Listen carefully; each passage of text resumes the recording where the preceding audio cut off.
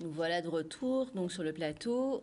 Donc nous parlions des lois, des lois anti-sodomie. Donc j'avais envie d'avoir une réaction de Monsieur Chardonnay en Martinique sur Oui. ce qu'on avait évoqué tout à l'heure, justement le regard aussi qui est porté sur l'homosexualité masculine, je dirais, et l'homosexualité féminine. Alors, il est vrai que quand on parle d'homosexualité dans l'aspect général, on pense surtout à des hommes, mais ça ne concerne pas que des hommes, mais évidemment. Maintenant, en termes d'homosexualité, on parle plutôt de milieu LGBT. On élargit vraiment euh, nos références à un milieu LGBT, donc lesbiennes, gays, bi, transgenres, et tant d'autres. Euh, donc sur l'idée de la sodomie, on n'a pas ce problème maintenant en France, on a moins ce regard d'interdit, puisque la loi française défend toute forme de discrimination qui pourrait exister, qui serait liée à cette idée d'acte interdit en matière de sodomie. Donc, tant que ça reste dans la légalité, ça pose pas de problème particulier. Après, tout est dans la vision qui en est faite par le public. Hein, et les références, les cadres de référence, qui sont encore très ancrés dans des valeurs hétéronormées. Donc, et là où ça pose problème. Tout à fait. Alors, est-ce qu'on peut déjà faire un petit tour du plateau sur les manifestations d'homophobie, en fait, ou de transphobie ou biphobie, queerphobie, je dirais, pour être généraliste. Donc, Leïla, je vais commencer par Leïla. Est-ce que c'est quelque chose que tu as vécu ici? Je ne sais pas si tu as vécu dans l'Hexagone ou ailleurs.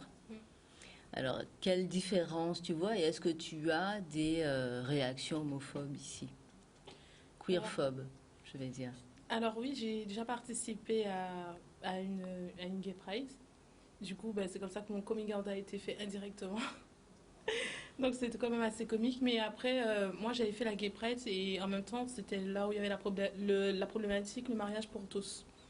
Donc du coup, quand je l'ai vécu, je me suis dit, waouh, c'est quelque chose qui est quand même impressionnant, c'était bien. Et concernant certaines remarques homophobes que j'ai eues, donc comme je disais, sans faire exprès, enfin, vu que ça a été médiatisé, j'ai eu mon coming out. Forcément, toute ma famille a été au courant. Et le retour aux Antilles a été quand même Bon, en assez même temps, il y a des particulier. hétéros qui font la gay pride. J'en connais Oui, beaucoup. c'est sûr. Mais après, vu que moi-même, je l'ai dit à ma mère et tout, et il y a aussi d'autres personnes qui ont fini par le savoir. Donc du coup, après, j'ai été victime quand même beaucoup d'homophobie. Surtout dans ma famille.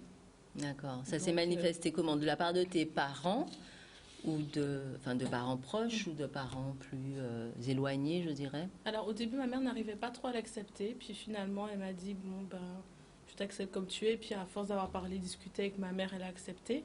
Mais concernant ma famille, on va dire qui est proche, mais maintenant éloignée, puisque je suis plus trop proche d'eux, ben, vraiment, c'est surtout eux, ils disaient que oui, que ce n'est pas normal, etc. Je suis la seule enfant, comment ça se fait? C'est là où ça a été beaucoup plus compliqué. Oui, parce Mais que nous sommes aussi des sociétés extrêmement centrées sur la parentalité. C'est-à-dire qu'une femme doit faire des exactement, enfants, ou Oui, un c'est homme ça, aussi, la hein, c'est cela ça. dit. séparation.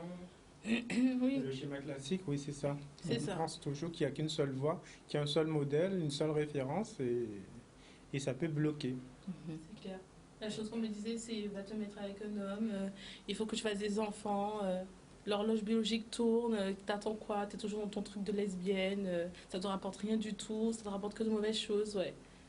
J'ai eu beaucoup de paroles comme ça. Mais bon, après, au début, ça me faisait du mal. Mais après, à force, j'ai appris à me dire, bah non, c'est à eux d'apprendre en fait à m'accepter tel que je suis, s'ils m'aiment. Donc du coup, s'ils ne m'acceptent pas comme ça, bah c'est eux.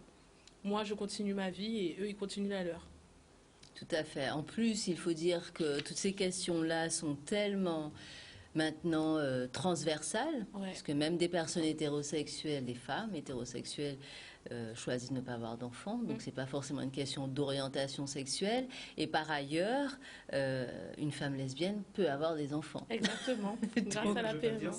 Voilà. Exactement, c'est ça. Lesbienne ne veut pas dire stérile, mais on reste aussi sur l'image justement judéo-chrétienne qui dit que tout acte sexuel doit être fécond, Exact. doit amener à l'enfantement.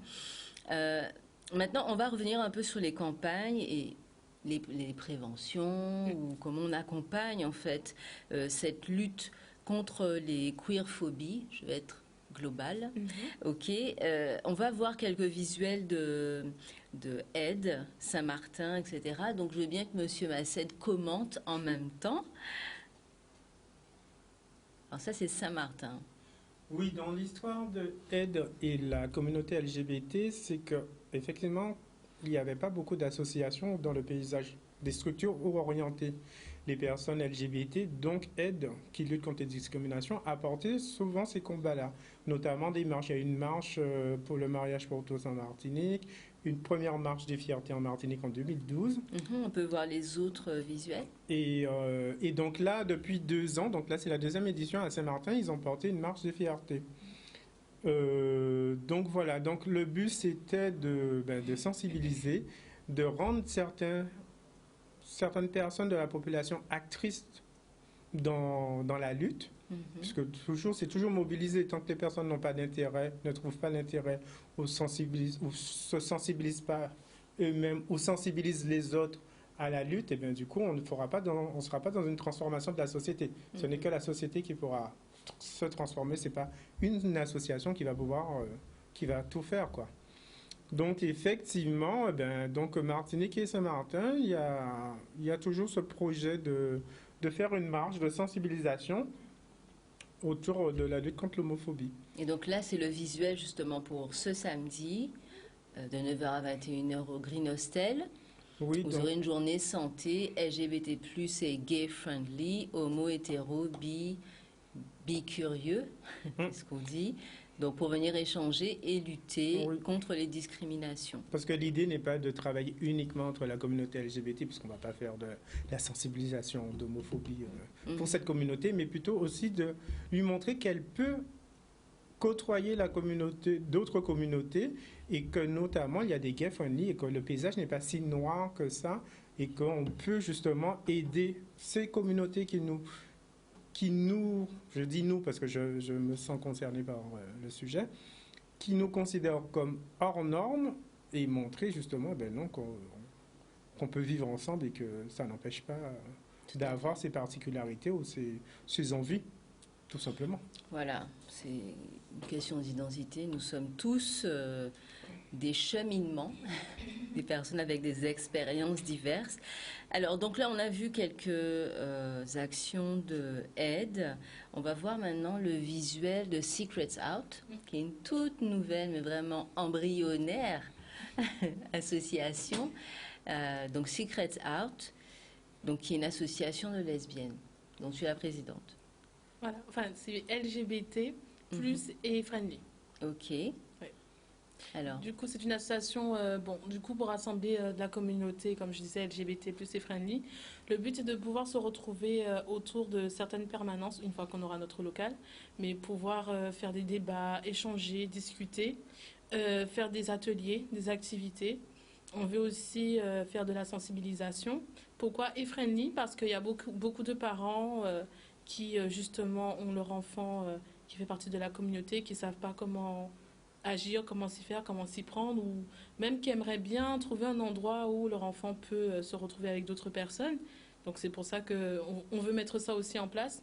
Et en fait, en gros, on veut qu'il y ait un endroit où qu'on puisse se retrouver, qu'on puisse être tous ensemble et même s'entraider. Parce que quand j'étais en France, j'ai fait partie de l'association Angel, donc c'est l'association de nouveaux gays et lesbiennes, où j'étais accueillante. Et justement, ça m'a permis de, même moi, me construire, parce que avant c'était dur pour moi, parce que c'était un sujet tabou à l'époque. À l'époque, c'était un sujet tabou. Et cette association-là, justement, m'a permis de pouvoir vraiment m'identifier en tant que celle que je suis. Et m'a permis d'avancer, d'évoluer.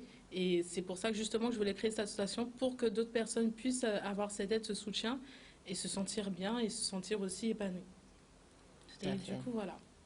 Donc, vous pouvez suivre Secrets Art sur tous les réseaux sociaux. On va rappeler le numéro tout à l'heure. On va rejoindre Monsieur Chardonnay et on va parler maintenant d'un dispositif qui arrive, dans la Caraïbe francophone et qui est en Martinique, qui arrive en Guadeloupe, puisque nous allons parler de Flagasso et en lieu sûr, puisque nous avons désormais en Guadeloupe 3 lieux qui sont labellisés en lieu sûr, où les personnes LGBT peuvent trouver refuge au cas où elles aient des problèmes avec leur famille ou qu'elles subissent des violences, etc.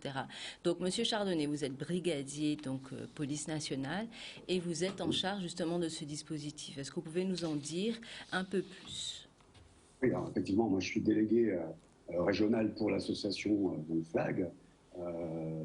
C'est une association qui lutte contre toute discrimination à l'encontre des gays, des lesbiennes, des personnes transgenres, principalement donc au sein du ministère de l'Intérieur et de la Justice, mais qui oriente également ses actions pour l'accompagnement de toutes les victimes, que ce soit donc en interne, au ministère de l'Intérieur et de la Justice, mais aussi en externe.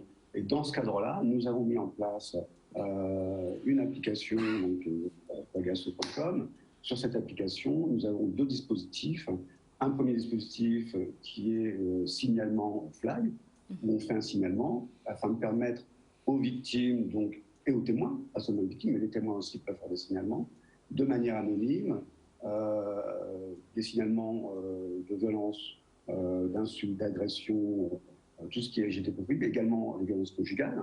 On a élargi aussi le domaine de signalement. Ces signalements permettent de dater, de géolocaliser les infractions, parce qu'on parle d'infractions, ce sont des infractions qui sont condamnées par la loi. À l'issue du signalement, en fonction du statut de la victime qui reste anonyme, on va malgré tout pouvoir l'orienter en fonction de son statut. Soit c'est du grand public, soit c'est du fonctionnaire du ministère de l'Intérieur ou du ministère de la Justice. Elle sera orientée, cette victime, vers différentes possibilités officielles qui existent, comme un dépôt de plainte, des pré-plaintes en ligne, des signalements sur des plateformes plus officielles comme Pharos, des plateformes qui dépendent du ministère de l'Intérieur, des plateformes de violence sexistes et sexuelles, voire sur des cellules d'écoute, comme on le fait avec des partenariats, avec en Guadeloupe Amalgame Humanis ou Cap Caraïbes également en Martinique. L'idée de cette application, c'est de pouvoir établir une cartographie sur les événements, les infractions, les agressions, tout ce qui est des actes LGBT-phobie en fait, qui n'étaient pas recensés jusqu'à maintenant en Martinique, et de façon à avoir une visibilité sur ce qui est réellement en temps réel, sur ce qui se passe réellement de façon plus précise en temps réel sur le territoire donc, des Antilles, Guadeloupe et Martinique, mais également aussi en Guyane, en effet, et sur l'ensemble des territoires d'outre-mer. Et ça, donc, ce dispositif est complété par un deuxième dispositif qui s'appelle En lieu sûr. Vous en avez parlé déjà. On a effectivement en Guadeloupe déjà trois partenaires. Ça fonctionne comment? Il s'agit d'un partenariat complètement gratuit, original entre les services publics, ça peut être des bibliothèques, des piscines, des maisons d'association, des mairies, le monde économique, les magasins, les entreprises, les banques, les cabinets médicaux, mais aussi des locaux associatifs, les écoles, qui vont permettre aux victimes de trouver de manière sûre des endroits pour se protéger en cas d'agression avérée, dans un premier temps, avant d'être en mesure d'appeler la police, par exemple. Et donc, les partenaires qui s'engagent vont afficher un logo, c'est un autocollant, ou sur leur vitrine ou sur la porte de l'établissement, qui permet de reconnaître facilement, par un symbole, des lieux sûrs, en fait, de façon à permettre une visibilité aussi aux personnes LGBT qui peuvent être victimes des secteurs, des lieux où ils peuvent être en sécurité et complètement acceptés. Oui, tout à fait. Donc c'est une manière à la fois de montrer qu'il y a, enfin, qu'il y a quand même de l'homophobie chez nous, mais qu'il y a également des personnes qui sont susceptibles d'aider, d'accompagner et d'offrir des espaces sécurs en fait aux personnes qui seraient en danger. Donc c'est vraiment important. Donc comment est-ce on peut télécharger cette application sur Alors, tout simplement, effectivement, vous pouvez la télécharger sur votre smartphone.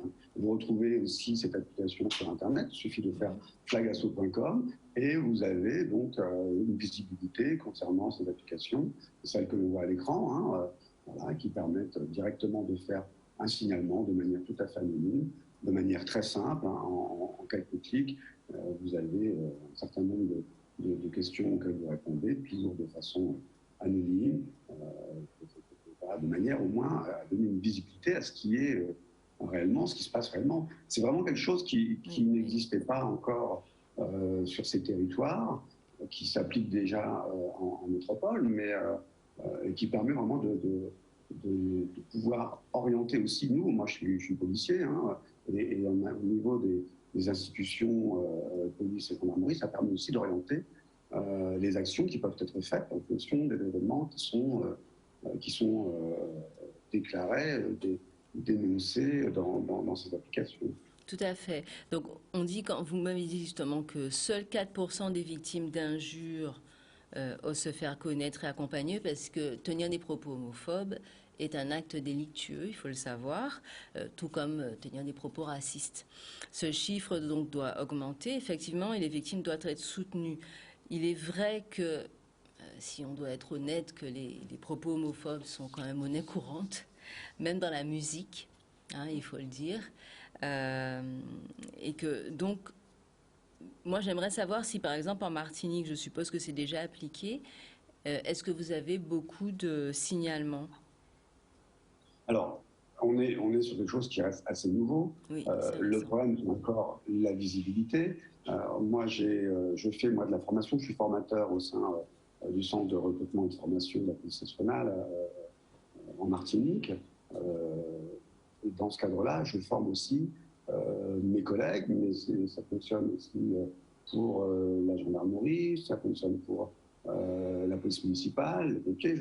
Je les forme sur l'accueil des personnes LGBT, des victimes LGBT, et notamment aussi des personnes transgenres. Et l'idée, c'est de pouvoir établir aussi un lien entre la population LGBT de façon à ce qu'elle soit rassurée sur l'idée, si ces personnes sont victimes, de pouvoir pousser les portes d'un commissariat ou d'une gendarmerie, parce que c'est pas facile dans un milieu où c'est encore tabou. Et donc, quand vous êtes en plus victime d'agressions verbales ou physiques, c'est encore plus difficile d'aller pousser la porte d'un commissariat ou d'une gendarmerie pour déclarer que vous êtes victime et déposer plainte. Tout à fait. Je pense que c'est encore plus difficile quand on est un homme. J'ai envie de dire. Qu'est-ce que vous en pensez, Monsieur Massed? Je fais peur. Moi, je pense. Pourquoi je dis ça? Parce que je pense aussi aux violences conjugales, puisque ce signalement-là concerne autant les actes homophobes que les violences conjugales aussi au sein des couples LGBT ou la sérophobie. Et on sait par exemple en termes de violence conjugale, il y a un pourcentage certes moins important que de femmes concernées, mais les hommes aussi, parce que les hommes ne vont pas porter plainte nécessairement. Oui, c'est lié surtout à l'accueil, je pense. C'est le regard, c'est le jugement, comme pour tout. Qu'on ne puisse pas parler de ses pratiques sexuelles ou bien de violence par rapport à son médecin, par rapport à son orientation sexuelle, qu'on puisse pas qu'on puisse pas recevoir une plainte parce que justement je suis un homme et je suis battu. C'est surtout le regard des autres qui est un frein, mais je ne pense pas que... Donc du coup, le problème ne vient pas des victimes, on va dire, mais plutôt de l'accueil ou du rapport à la société. Oui, tout à fait. Est-ce qu'on peut... je ne sais pas combien de temps il nous reste. Ça va, on a encore du temps. Alors, est-ce qu'on peut parler un peu, par exemple, des actions que tu aimerais mettre en place, Leïla? Alors, les actions que j'aimerais mettre en place, justement, comme je disais, c'est quand j'aurai mon local, pouvoir faire des permanences tous les samedis après-midi pour que qu'on puisse se retrouver, qu'on puisse débattre sur certains sujets, faire des projections, faire aussi une campagne de sensibilisation dans les écoles. Je sais que ça se fait déjà, mais continuer aussi. Et, mais commencer en fait à faire plusieurs petits événements autour de plusieurs petits ateliers, comme l'atelier Coming Out qui me tient vraiment à cœur, que je veux vraiment faire. Et pour aider en fait certaines personnes et surtout les accompagner. Parce que dans mon entourage, il y a des personnes qui justement font partie de la communauté, dont une particulièrement, dont je ne citerai pas le nom bien sûr. Par exemple, elle a été voir un psychologue. Et du coup, quand elle a commencé à dire que oui, il y a sa compagne avec qui elle est en couple, etc., la psychologue lui a ri au nez et il ne l'a pas prise au sérieux. Donc même aussi rediriger, faire travailler aussi avec des psychologues qui font partie de la communauté ou friendly, qui pourront comprendre ou entendre en fait certaines personnes quand ils voudront en fait parler ou discuter à un professionnel. Et vraiment, enfin, les actions que je veux mettre en place, c'est ça. Faire des événements, faire des ateliers pour pouvoir sensibiliser et aussi se rassembler tous, s'entraider tous aussi et marcher aussi avec des professionnels pour quand il y a des personnes qui vont venir et qui seront en détresse, je pourrais les rediriger vers ces professionnels-là qui pourront aussi les prendre en charge. D'accord. Alors, est-ce qu'on peut parler, parce qu'on a encore 1 heure d'émission, est-ce qu'on peut parler du mariage pour tous? Ouais. Alors, c'est quand même une loi qui a fait couler beaucoup d'encre, marcher beaucoup de personnes dans les rues, déchaîner les passions, la colère. Qu'est-ce qu'on peut déjà, est-ce qu'on peut rappeler en quoi consiste le mariage pour tous? Et puis après, il y a eu aussi la gestation pour autrui, qui est un autre débat. Est-ce qu'on peut parler déjà du mariage pour tous? Concernant le mariage pour tous, c'est vrai que c'est un sujet qui est assez, qui a fait quand même plutôt polémique, mais je suis quand même plutôt contente que ça a été voté, que ça a pu être mis en place, parce que j'ai assisté au premier mariage gay qu'il y a eu à Montpellier justement, et ça a fait extrêmement polémique, mais ça a quand même permis d'ouvrir la voie, parce qu'en Martinique, il y a eu aussi deux femmes qui se sont mariées, qui attendaient justement ce moment-là avec impatience. Oui. Et du coup, après, il y a aussi des dispositifs qui pourraient aussi être mis en place pour pouvoir aussi encadrer certaines choses aussi, parce qu'il y a d'autres choses qui sont pas aussi prises au sérieux. Les choses qui ne sont pas prises au sérieux. Alors, rappelons quand même que le mariage pour tous, c'était le 17 mai 2013. Ça fait presque 10 ans quand même. Ouais. La France est devenue le 9e pays européen et le 14e pays au monde à autoriser le mariage homosexuel. Le tout premier, c'était les Pays-Bas. Donc cette loi a ouvert des nouveaux droits pour le mariage, l'adoption et la succession au nom des principes d'égalité et de partage des libertés. Et donc c'est une loi qui a été défendue par Christiane Taubira, il faut le rappeler. Exactement. Donc, important quand même, ce qui est dit ici, je vais citer Christiane Taubira qui dit « Oui, c'est bien le mariage, avec toute sa charge symbolique et toutes ses règles d'ordre public que le gouvernement ouvre aux couples de même sexe dans les mêmes conditions d'âge et de consentement de la part de chacun des conjoints, avec les mêmes interdits, avec les mêmes obligations pour chaque conjoint vis-à-vis l'un de l'autre, les mêmes devoirs des enfants vis-à-vis de leurs parents et des parents vis-à-vis de leurs enfants. Oui, c'est bien ce mariage que nous ouvrons aux couples de même sexe. » Alors pourquoi elle dit ça? Parce que, et j'ai envie de rappeler aussi que nous sommes dans un pays où on pratique ce qu'on appelle la séparation des pouvoirs. Donc on n'est pas dans un pays avec un gouvernement qu'on appellerait théocratique, c'est-à-dire que Dieu serait le chef de l'État, donc au-dessus du chef de l'État.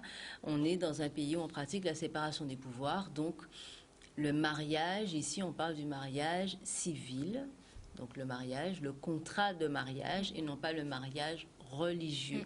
Donc il y a eu beaucoup, je me souviens de personnes, d'organisations religieuses qui étaient dans la rue, qui étaient contre ce mariage. Or, c'est quand même déjà un acte patrimonial, c'est-à-dire décider que je peux léguer mes biens, céder mes biens si je décède à la personne avec qui je vis. Et j'ai envie de jeter un pavé dans la mare.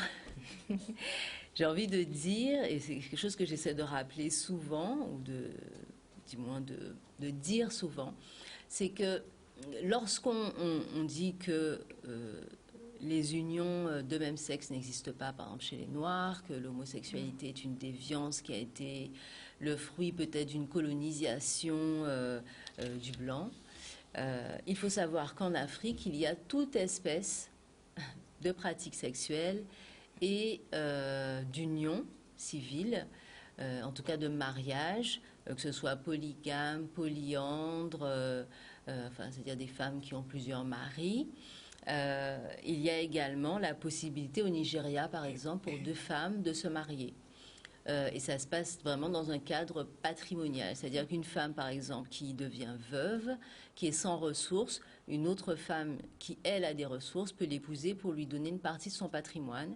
Ça ne veut pas dire qu'elles ont des relations. Donc, tout ça pour revenir à la question essentielle qui est le contrat de mariage, qui a été ouvert à tout le monde. C'est aussi simple que ça. Donc, est-ce qu'on peut, j'allais dire, discuter de ça aussi avec Monsieur Chardonnay? Est-ce qu'il y a des avancées? Est-ce qu'il y a des gens qui se marient de plus en plus? Parce qu'il y avait aussi des réticences au niveau des représentants, dans les mairies, etc., qui refusaient aussi de pratiquer, en fait, de célébrer ces unions. Oui, tout à fait. Non. Alors, effectivement, il y a eu à cette époque en 2013, une surprise pour moi également. Je ne m'attendais pas à ce qu'il y ait autant de manifestations, puisqu'on était dans une période où on pensait que voilà, c'était rentré dans les mœurs, on savait que l'homosexualité était quelque chose de devenu tout à fait banal et acceptable. Et en fait, cette loi sur le mariage pour tous a réveillé des valeurs qu'on pensait conservatrices un peu. Bah oui, conservatrices, liées à la religion, effectivement, pour beaucoup. Et c'était une vraie surprise parce que ce problème-là n'a pas existé dans les autres pays européens qui, avant nous, avant la France, avaient déjà adopté ces lois. On n'a pas vu en Espagne, on n'a pas vu au Portugal de manifestations de cette ampleur, de l'ampleur que nous avons eue en France. Donc c'était quand même une surprise à ce niveau-là. Après, sur l'évolution, maintenant ça fait 10 ans, je pense qu'on revient malgré tout à quelque chose de normalisé. Encore faut-il penser que c'était pas normal, mais pour moi, c'était normal, puisqu'on est sur un contrat civil, vous en avez parlé. Donc c'est d'abord un contrat civil, on n'est pas sur un contrat religieux. Mais il y a encore une fois cette idée de la famille hétéronormée, où c'est un papa, une maman. Voilà. Et donc ce qui dérangeait, c'était l'idée que ce contrat civil permette aussi des familles différentes, 2 hommes, 2 papas, 2 mamans. Voilà. Et c'est ça qui posait problème au niveau de ces valeurs conservatrices. Voilà. Il y aura toujours des valeurs conservatrices, dans n'importe le milieu d'ailleurs. Je ne veux pas stigmatiser une religion, une autre ou quoi que ce soit, ou n'importe quel milieu même. On peut aussi avoir ces valeurs-là sans être dans la religion. Chacun est libre de penser ce qu'il veut.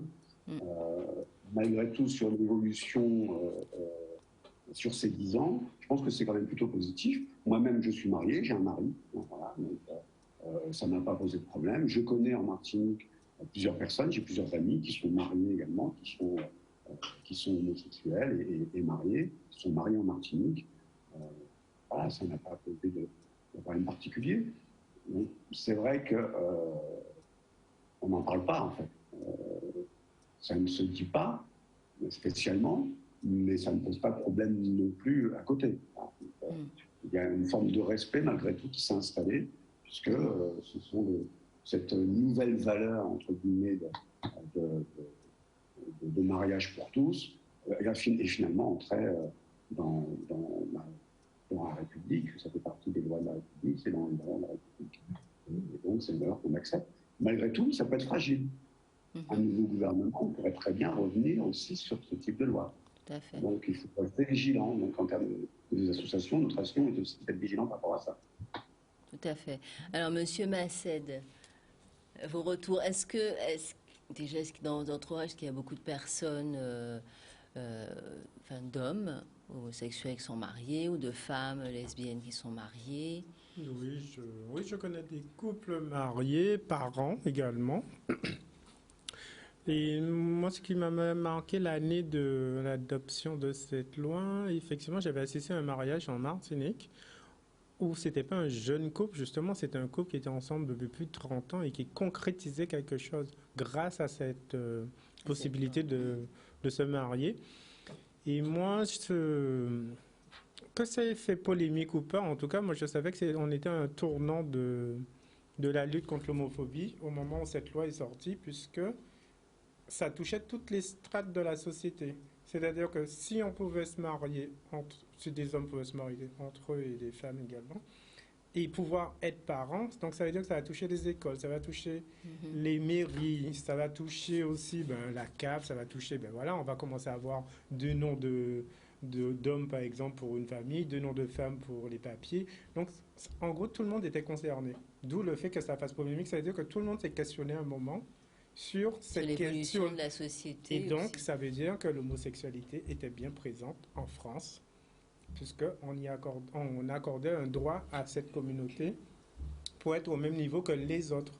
Donc, c'est pour ça que moi, c'était polémique, mais c'était décisif pour, en tout cas, la lutte contre l'homophobie. Et ça permet beaucoup d'avancées. Ça permet aussi la création d'associations qui ont émergé. Ça a permis les outils comme la ligne d'écoute. Je pense que si le mot n'avait pas été visible, encore une fois, je suis très sur la visibilité. D'où le fait qu'être visible, ça permet aussi de garder nos acquis sociaux. Monsieur Chardonnay le disait que si un gouvernement change, mais si du coup on n'a plus de visibilité, il n'y a pas de poids dans la société, ces acquis peuvent être pris par une autre communauté qui considère qu'on n'est pas présent ou qu'on n'a pas de poids dans cette société. D'où l'équilibre entre visibilité, être présent, faire partie de la société et défendre ses droits. Tout à fait. Donc, est-ce que, alors, pour avoir discuté avec pas mal de personnes queer étant le terme, on va dire, un peu générique, il y a des personnes qui s'identifient comme queer, beaucoup ne veulent pas se marier, par exemple. C'est-à-dire que cette loi n'a pas été votée parce que tout le monde veut se marier. Et simplement parce que ça permet aux personnes qui le souhaitent de contracter une union, un mariage civil pour offrir une protection, ce qui est normal. Quand on aime quelqu'un et qu'on vit avec cette personne, on a aussi le désir de pouvoir la protéger en cas de décès, de maladie, etc. Ce qui est en fait un droit fondamental, presque un droit humain, je dirais. Donc maintenant, j'aimerais parler un peu, alors, pendant la question que je posais justement hors antenne, pendant la publicité, c'était est-ce que la lutte contre le sida a été une des premières étapes, en fait, de la lutte contre l'homophobie, contre les queerphobies? C'est-à-dire, est-ce que ça a permis aussi de mettre en lumière, est-ce que c'est les premières actions? Alors, il faut savoir quand même, si on parle des États-Unis ou même de la France, que toutes les luttes pour les droits civiques ont été un peu parallèles, on va dire. Aux États-Unis, en tout cas, on a commencé pour les luttes des droits civiques des Noirs. C'est eux qui ont lancé, en fait. C'est un peu la communauté paradigmatique, comme on dirait en sociologie, le paradigme, en fait, de la lutte des droits civiques. Quand on pense à Martin Luther King, Malcolm X, etc. Mais parallèlement, il y a eu aussi le féminisme et en même temps, il y a eu aussi dans les courants féministes des courants gays, lesbiennes, etc. qui ont aussi demandé... donc ça a commencé depuis déjà très longtemps, les années 60, 70. C'est pas, ça date pas d'aujourd'hui, c'est aujourd'hui qu'on en parle dans la Caraïbe francophone. Et pour autant, ça fait très longtemps, en fait, que des personnes les communautés en fait luttent pour acquérir en fait les droits sociaux. Donc, est-ce qu'on peut revenir justement sur le travail de aide? Est-ce que, sans vouloir non plus dire que l'homosexualité est congénitale du sida, ou etc., parce que pendant très longtemps, il y a eu beaucoup de confusion, et je pense encore. Alors, non, il y a, la lutte contre l'homophobie a existé bien avant l'apparition du VIH ou du sida. Ce que ça a mis en avant simplement le VIH, c'est que l'épidémie a touché toutes ces communautés qui étaient marginalisées, stigmatisées. Donc il y avait les 4 H, donc c'était les Haïtiens, les Haïtiens, les héroïnomanes et hémophiles. Oui. Donc ça a permis de mettre en avant que ces personnes n'allaient pas forcément vers le soin parce qu'elles étaient jugées. On les stigmatisait de fait que c'était le cancer gay, donc ça veut dire comme si c'était une punition divine également. Donc ça a mis en avant justement cette marginalisation et le fait qu'ils soient en retrait de la société et qu'ils n'aient pas accès à tous les droits, à tous les soins.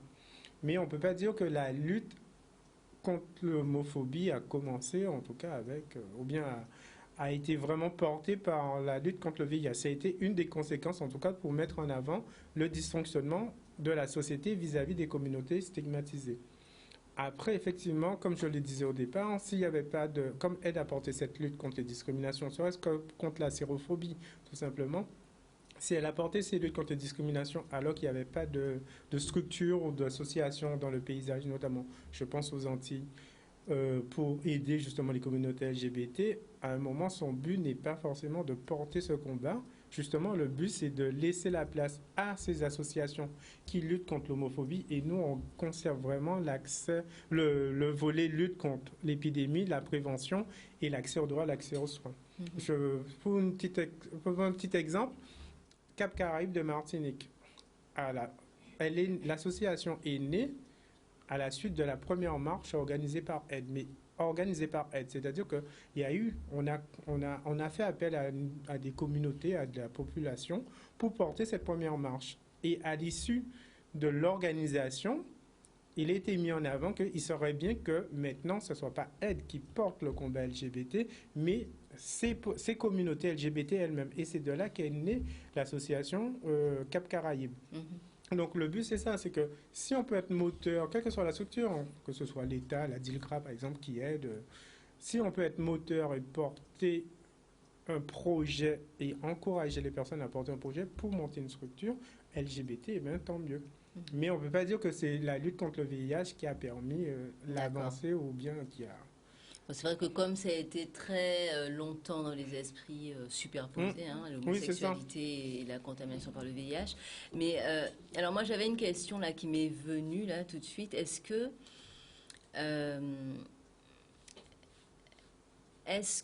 les personnes, alors vous qui travaillez à Aide, est-ce que les personnes queer sont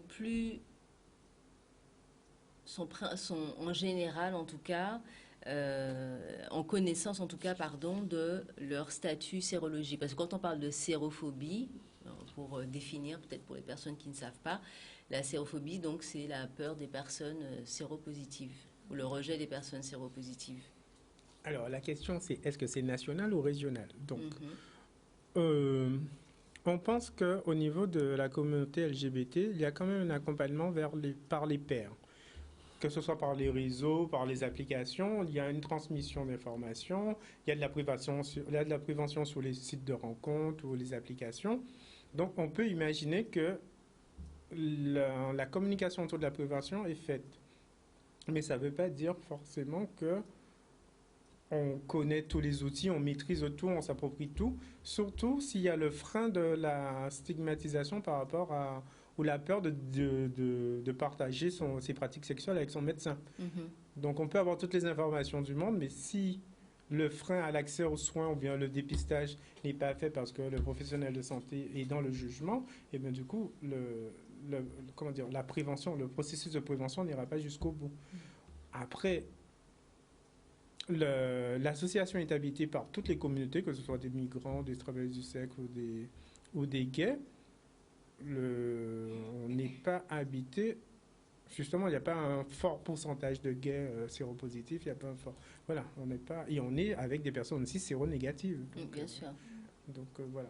Je ne sais pas si Bien j'ai que- répondu à la question. Parce Oui, la question, en fait, quand j'ai reçu Daniel, je crois, en tout cas qui est dans Aide Guadeloupe, dans l'émission justement sur le sida, il disait non seulement que ces 2 dernières années, avec le Covid, il y avait un recul du dépistage, mais en général, il y a beaucoup de personnes qui vivent sans savoir qu'elles sont... Oui, c'est-à-dire sont c'est ça derrière qu'on leur appelle statut. l'épidémie cachée. Voilà. C'est-à-dire que beaucoup de personnes sont dans un parcours de soins, c'est-à-dire ils font des bilans de santé, ils sont même diabétiques, voilà, mais on leur propose jamais le test du VIH ou des IST. Et sinon, vous avez des personnes qui n'iront jamais vers le soin parce que soit ils le font par procuration, c'est-à-dire souvent la communauté masculine, ma femme est suivie, donc elle va bien, donc je vais bien. Alors qu'il peut être contaminé sans pouvoir avoir contaminé sa femme pendant tout le temps qu'ils étaient en couple. Donc oui, on a une épidémie cachée et le but, c'est de trouver cette épidémie cachée parce que si on met toutes ces personnes sous traitement, comme on l'a dit, du coup, ces personnes non contaminantes, il n'y a plus de propagation de l'épidémie. Donc oui, il y a une épidémie cachée, mais cette épidémie cachée n'est pas forcément dans la communauté gay, puisque justement, on sait qu'elle est plutôt dans la communauté hétérosexuelle et française. Oui, exact. Tout à fait, ça on le sait, mais il est bon de le rappeler. En espérant que... Parce que finalement, est-ce qu'on ne peut pas dire que le dépistage est une action volontaire? Parce que si on ne le propose pas, on pourrait le proposer aux gens. Il y a des nouveaux outils qui sont en train de sortir, comme l'accès gratuit au dépistage dans les labos. Mais ça, c'est de la communication qui se fera par la suite. Donc, vous avez aussi l'autotest que vous pouvez acheter en pharmacie pour avoir accès à son statut sérologique. La démarche, effectivement, elle est personnelle et on ne fait pas un dépistage par procuration. Donc, effectivement, il faut simplement... notre but dans l'association Aide, et c'est pour ça qu'on est communautaire, c'est de faire les personnes... Que les personnes soient actrices de leur santé. Ce n'est pas nous qui leur demandons de faire un dépistage, c'est qu'elles soient conscientes qu'il faut que je fasse un dépistage par rapport à mes pratiques, par rapport à ma fréquence sexuelle aussi, de rapports sexuels, à mes prises de risque, à si je suis multipartenaire ou pas. Et aussi selon aussi à mes pratiques, avec qui aussi. Parce que le rapport, comme on disait, le rapport anal n'est pas forcément une exclusivité gay, mais on sait quand même que pour les gays, ça reste quand même le principal rapport. Et comme la muqueuse anale est plus fragile que la muqueuse vaginale, et bien donc du coup, on a plus de chances d'une contamination à un rapport anal que vaginal. Voilà. Ça, il faut le savoir, même quelle que soit son orientation sexuelle, non, mais oui, il faut le savoir. Ça, ouais. Bien souvent, je crois que justement quand on parle de contamination des infections sexuellement transmissibles, il y a encore beaucoup de méconnaissances. C'est-à-dire qu'il y a des gens qui pensent que c'est justement moins contaminant. Oui, l'échelle des risques, oui, c'est ça. Voilà. On est sur de fausses croyances et les fausses croyances, justement, mènent la vie dure, que ce soit pour la prévention ou bien justement pour... les discriminations, penser que qui fait l'homme, qui fait la femme, alors qu'on n'est pas dans ces rapports-là, qu'il faut absolument le dire, on le dit parce qu'on a envie simplement de le dire. On n'a pas d'obligation. Je ne pense pas qu'un hétérosexuel, quand il a 12 ans, dit en fait, maman, je suis hétéro, quoi. C'est pas... Voilà. Voilà. Donc... il n'y a pas d'obligation. Alors, est-ce qu'on peut parler... Là, je pensais à quelque chose, mais non, ça m'a échappé. Non, en fait, là, je réfléchissais justement à... ça va me revenir.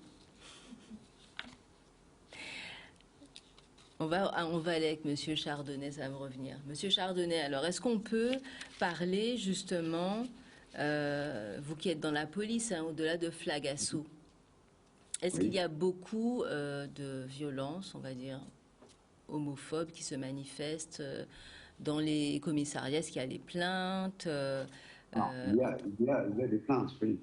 Il y a des plaintes. Maintenant, on n'est pas sur une réalité cartographiée, parce qu'encore une fois, beaucoup de personnes victimes de violences verbales ou physiques à caractère LGBT-phobe, moi je préfère le terme LGBTQ+, LGBT-phobe plutôt que queer, parce qu'on est sur une spécificité encore de LGBT. En tout cas, toutes les victimes réelles ne viennent pas déposer plainte. C'est une partie infime de ces personnes qui se déplacent, qui osent aller dans un commissariat pour déposer plainte. Je vous dis ça, c'est valable évidemment en Martinique, en Guadeloupe, dans les Antilles en général, dans les dom-toms en général, mais ça l'est aussi en métropole. C'est-à-dire qu'une infime partie finalement des victimes osent franchir la porte d'un commissariat ou d'une gendarmerie pour dénoncer des actes de violence, parfois très violents, par crainte de se dévoiler, parce que vous demandiez si on doit dire si on est gay ou pas. De la même façon, on ne dit pas d'emblée qu'on est hétérosexuel, il n'y a aucune obligation de dire qu'on est gay. Donc on rentre dans l'idée du coming out. Et le coming out, c'est quoi? C'est le fait de le dire volontairement. Mais tout le monde n'a pas forcément envie de le dire, parce que les gens, la famille ne le sait pas, le travail les collègues de travail ne le savent pas. Et donc c'est compliqué. Si vous franchissez les murs d'un commissariat ou d'une gendarmerie, vous déposez plainte, ça veut dire qu'il va y avoir un suivi. Le suivi, nous, on va apporter l'accompagnement dans le cadre de mon association, de l'association FLAG, on va apporter l'accompagnement de ces victimes tout au long de la chaîne pénale. Mais la chaîne pénale, ça termine parfois par un jugement qui est public. Et donc, il y a ce risque que ça se sache. D'autant plus sur une île comme en Guadeloupe ou en Martinique, où tout le monde se connaît finalement. Et donc, il y a vraiment ce problème-là où on se retrouve avec des plaintes, oui, mais qui ne sont pas le reflet de la réalité des agressions réelles qui sont perpétrées sur l'île. D'accord. Effectivement, en Guadeloupe ou en Martinique, ou dans les îles, ou Saint-Martin, on va revenir sur Saint-Martin tout à l'heure. Je ne sais pas si vous connaissez la loi des 6 degrés de séparation. C'est que parfois même une personne très très très éloignée de vous, peut-être qui vit, il y a 6 degrés de séparation entre vous et cette personne, 6 personnes. Une personne qui connaît quelqu'un, qui connaît quelqu'un, qui connaît quelqu'un. Et ça s'est jamais aussi bien vérifié qu'en Guadeloupe ou en Martinique. Alors on va revenir tout à l'heure, après la pub, pour notre dernière partie d'émission.